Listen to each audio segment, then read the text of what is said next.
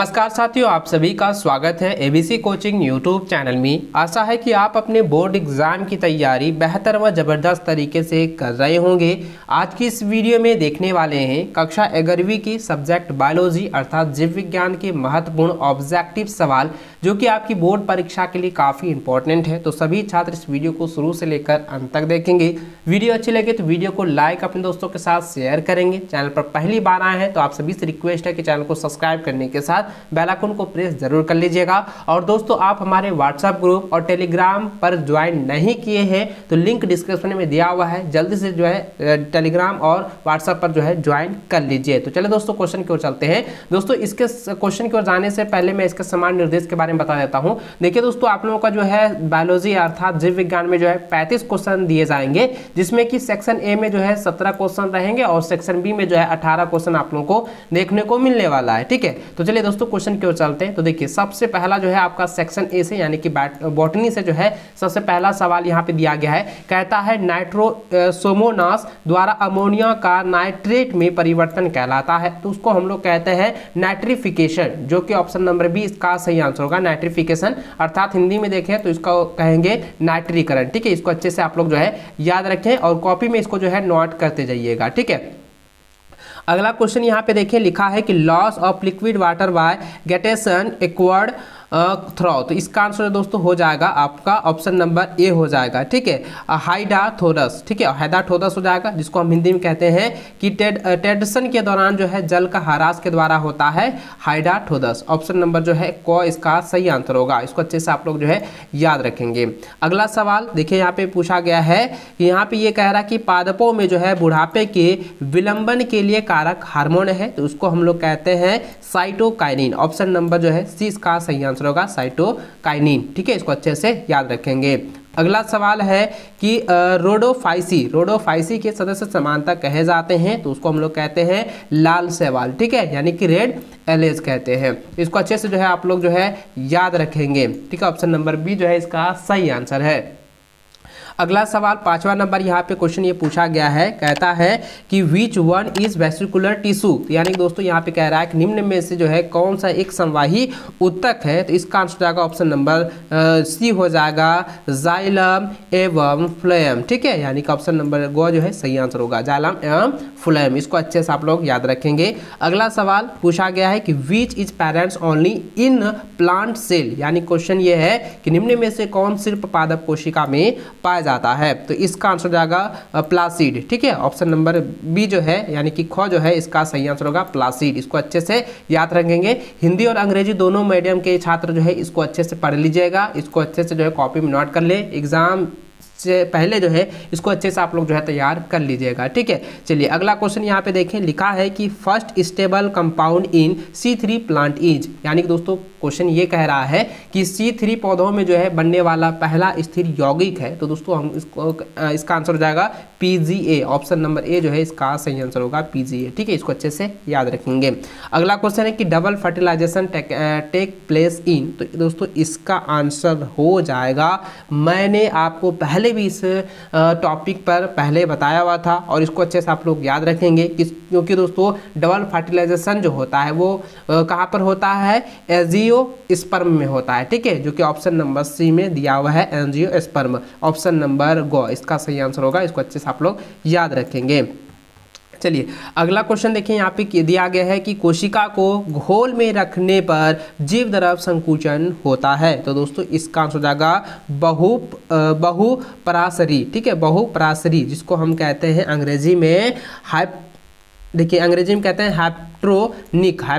ठीक है, option number B इसका सही आंसर होगा। इसको अच्छे से आप लोग याद रखेंगे, जिसको बहुपराशरी कहते हैं। अगला सवाल यहाँ पे देखिए क्वेश्चन दिया गया है, द सीट इज गाइकोलाइसिन इज, यानी कि दोस्तों यहाँ पे क्वेश्चन पूछा गया है कि गाइकोलाइसिस होता है। तो गाइकोलाइसिस जो है क्या होता है, ये उसका आंसर हो जाएगा कोशिका द्रव। ठीक है, कोशिका द्रव होता है यानी कि साइटोप्लाज्म होता है। ऑप्शन नंबर ए जो है इसका सही आंसर होगा।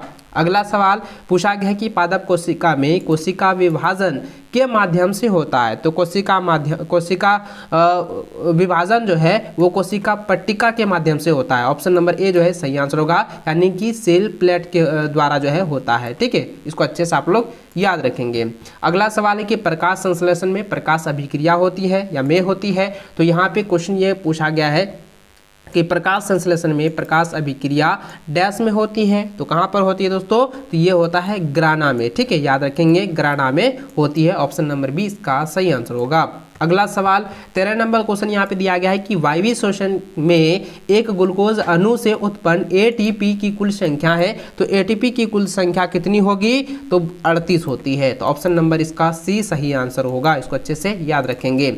अगला सवाल पूछा गया है कि यहाँ पे देखिए क्वेश्चन जो है काफ़ी इंपॉर्टेंट है, ये रिपीटेड क्वेश्चन है। 14 नंबर जो क्वेश्चन है ना, ये रिपीटेड है और बार बार एग्जाम में ये क्वेश्चन जो है पूछा जाता है, काफ़ी VVI है, इसको अच्छे से याद रखेंगे। यहाँ पे पूछा गया है which plant tissue retained is capacity of division through their life, यानी कि कोशिका यानी कौन सी जो है पादप कोशिका जीवन प्रत्येक अपनी विभाजन क्षमता को बनाए रखती है।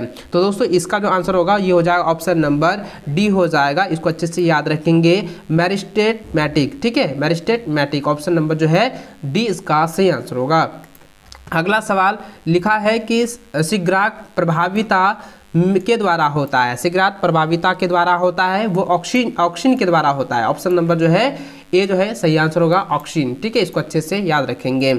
अगला सवाल 16 नंबर है, यहाँ पे पूछा गया है कि सूर्यमुखी का वैज्ञानिक नाम क्या है, यानी कि सूर्यमुखी का वैज्ञानिक नाम पूछा गया है। तो देखिए यह जो है आप लोगों को अच्छे से याद रखना है, अच्छे से आप लोगों को तैयार कर लेनी है, क्योंकि यहाँ पे कहता है botanical name of sunflower is. तो दोस्तों सूर्यमुखी का मतलब वैज्ञानिक नाम क्या होता है, उसको हम लोग कहते हैं एलिएथन्स एन्यूअस। ठीक है, याद रखेंगे। ऑप्शन नंबर ए जो है इसका सही आंसर होगा, इसको अच्छे से याद रख लीजिएगा।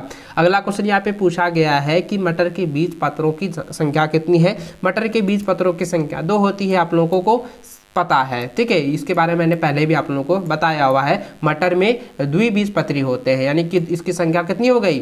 2 हो गई। ठीक है, तो ऑप्शन नंबर बी इसका सही आंसर होगा, इसको अच्छे से आप लोग याद कर लीजिएगा। अगला क्वेश्चन जो है आपका सेक्शन बी से है, यानी कि जूलॉजी से है, जंतु विज्ञान से है। तो इसका यहाँ पे पहला क्वेश्चन दिया गया है कि इनमें से कौन जंतु जो है संयोजी उत्तक है।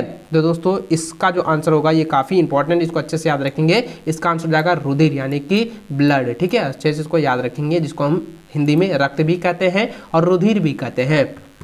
अगला सवाल है कि basic unit of classification is, यानी कि वर्गीकरण का आधारभूत इकाई है। तो इसका आंसर हो जाएगा देखिए प्रजाति। ठीक, स्पीसीज। ठीक है, ऑप्शन नंबर जो है सी जो है इसका सही आंसर होगा स्पीसीज, यानी कि प्रजाति। इसको अच्छे से जो है आप लोग कॉपी में नोट कर लीजिए, याद कर लीजिए। अगला सवाल देखिए, तीसरा नंबर क्वेश्चन दिया गया है कि एनिलिडा, ठीक है, एनिलिडा में उत्सर्जी अंग है। तो ध्यान दीजिएगा, यहाँ दोस्तों क्वेश्चन जो है काफ़ी इंपॉर्टेंट है, ये काफ़ी VVI क्वेश्चन है, इसको रिपीटेड क्वेश्चन है, पिछले बार भी ये बोर्ड की परीक्षा में पूछा गया था, इसको अच्छे से आप लोग याद रखेंगे। तो इसका आंसर होगा जाएगा नेफ्रीडिया। ठीक है, ऑप्शन नंबर डी जो है सही आंसर होगा नेफ्रीडिया, इसको अच्छे से याद रखेंगे। अगला सवाल है चौथा नंबर, यहाँ पे पूछा गया है कि स्तन ग्रंथियों का होना का गुण है। स्तन ग्रंथियों का होना जो है यह स्तनपायी का जो है उदाहरण है, यह स्तनपायी का गुण है। तो ऑप्शन नंबर जो हो जाएगा मेमल। ठीक है, तो ऑप्शन नंबर बी सही आंसर होगा स्तनपायी अर्थात मेमल।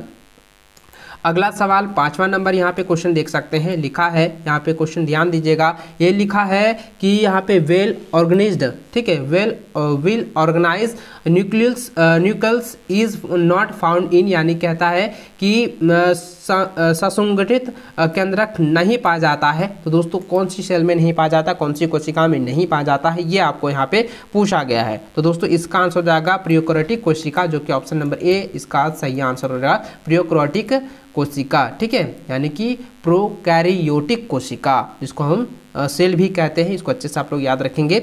अगला क्वेश्चन ध्यान दीजिएगा, यहाँ पे क्वेश्चन दिया गया कि मानव में उत्सर्जी पदार्थ है। तो मानव में जो है उत्सर्जी पदार्थ जो है वो है यूरिया, ऑप्शन नंबर सी इसका सही आंसर होगा।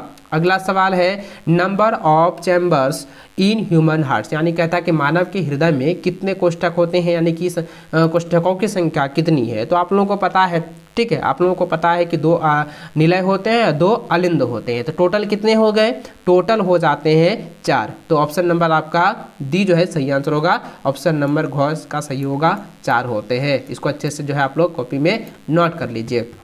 अगला सवाल 8वां नंबर यहाँ पे पूछा गया है कि शर्करा का सूक्ष्मतम रूप है। तो शर्करा का जो है सूक्ष्मतम रूप क्या होता है? ये होता है ग्लूकोज। ऑप्शन नंबर डी जो है इसका सही आंसर होगा। अगला सवाल है कि 5 किलोडाम, ठीक है, यानी कि 5 जगत वर्गीकरण पद्धति के द्वारा जो है प्रतिपादित किया जाता है। तो इसका आंसर हो जाएगा ऑप्शन नंबर ए हो जाएगा वी टेटकर, ठीक है, वी टेटकर हो जाएगा। ऑप्शन नंबर ए इसका सही आंसर हो जाएगा।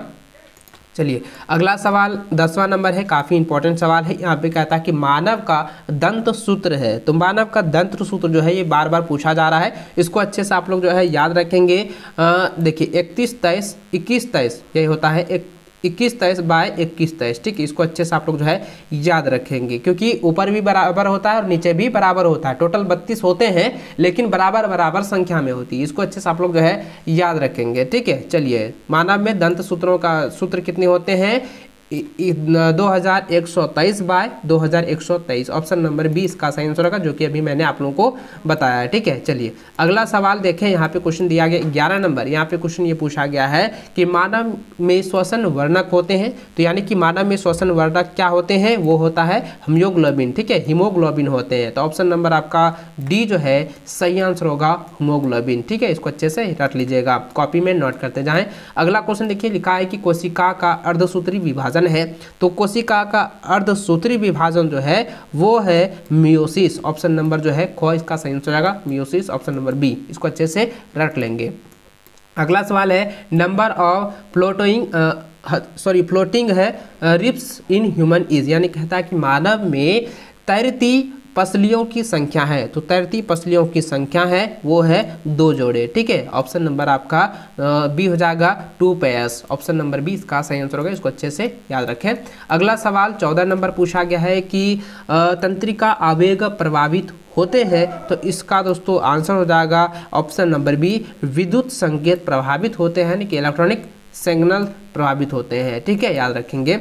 अगला क्वेश्चन है कि एक व्यस्त मानव का सामान्य रक्तदाब होता है। तो एक व्यस्त यानी कि वयस्क जो है मानव का सामान्य रक्तचाप जो होता है, यानी कि उसका जो है बीपी जो है, ठीक है, याद रखेंगे। जो आप लोग का बीपी जिसको हम लोग कहते हैं ब्लड प्रेशर, यानी कि ब्लड प्रेशर का जो न्यूनतम होता है, जो कि एकदम स्वस्थ व्यक्ति है उसका ब्लड प्रेशर का जो मान होता है, यानी कि रक्तदाब जो है कितनी होती है, यह सवाल पूछा गया है। तो इसका आंसर जाएगा 120/80 mmHg होता है, ठीक है। इसको अच्छे से आप लोग जो है याद रखेंगे।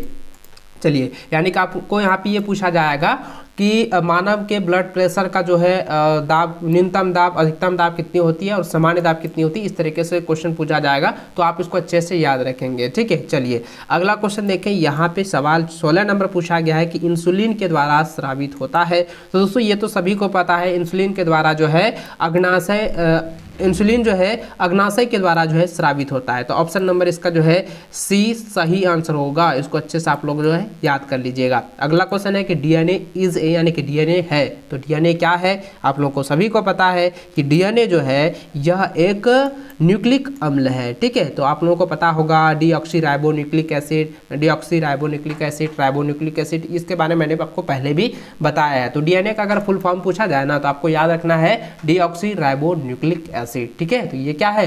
डीएनए क्या है? एक न्यूक्लिक अम्ल है, यानी कि न्यूक्लिक एसिड है। ऑप्शन नंबर 20 का जो है सही आंसर होगा। इसको अच्छे से याद रखेंगे। अगला सवाल जो है 18 नंबर यहाँ पे पूछा गया है, कहता है कि मानव आहार नाल की सबसे बड़ी ग्रंथि है। तो यहाँ पे इसका दोस्तों आंसर हो जाएगा यकृत, ठीक है। यकृत जो है मानव आहार नाल का सबसे बड़ी ग्रंथि में से एक है। तो ऑप्शन नंबर 20 का सही आंसर होगा लीवर, ठीक है, याद रखेंगे। यकृत को ही अंग्रेजी में हम लीवर कहते हैं। इसको अच्छे से आप लोग याद रखेंगे। इस वीडियो में बताया गया हर एक क्वेश्चन को आप अपने कॉपी में नोट कर लीजिए और परीक्षा से पहले इन सभी क्वेश्चन को आप अच्छे से रट लीजिएगा, रिविजन कर लीजिएगा। तो चलिए दोस्तों, इस वीडियो को अभी तक लाइक नहीं किए तो वीडियो को लाइक करने के साथ साथ चैनल को सब्सक्राइब कर बेल आइकन को प्रेस कर लें, ताकि लेटेस्ट वीडियो की नोटिफिकेशन आप सबों को मिल